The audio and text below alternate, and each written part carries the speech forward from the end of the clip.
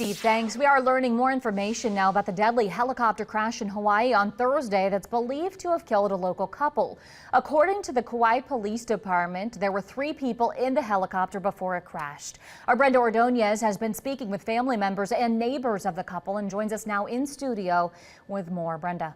That's right, Megan. Kauai police confirmed the local couple were passengers of the helicopter. They were identified as 60-year-old James Quintua and 53-year-old Amy Nicole Rourke, both from Union, Kentucky. They say the pilot on board was 69-year-old Guy Croydon. Now, we do know Amy's body was recovered from the water on Thursday, with both James and the pilot still missing. But family and neighbors tell us they have already begun mourning the couple they loved so much. I was shocked, all the circumstances about it, and to be enjoying a vacation like that, that's the dream of a lifetime for many. It's just such a sad and tragic thing to have happen. For years, John Pate has lived across the street from Amy and James Quintua.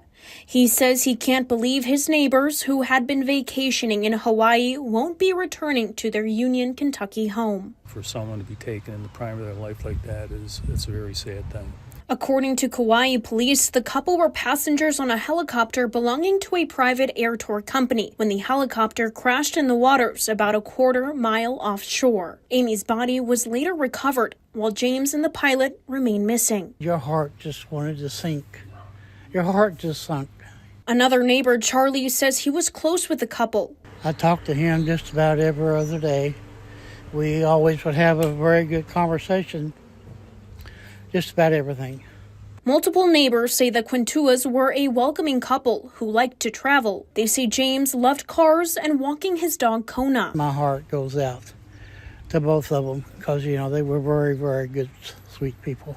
Neighbors add that the couple went to Hawaii yearly, as James had family there. In a statement from Amy's family, they said, quote, "She was one of the most kind-hearted individuals you would ever meet. She and Jim had found each other and were soulmates. They were one of those couples that you would look at and be in awe of their love for each other. People like them are irreplaceable. The world was a better place with them in it. They were special people that have been taken from us too soon." Now, the latest information from the Kauai police posted yesterday is that they have suspended their search rescue crews search for approximately 60 hours, covering more than 830 square miles. They say the cause of the crash remains under investigation. I have reached out to police again today, as well as the private helicopter company, and am still waiting to hear back.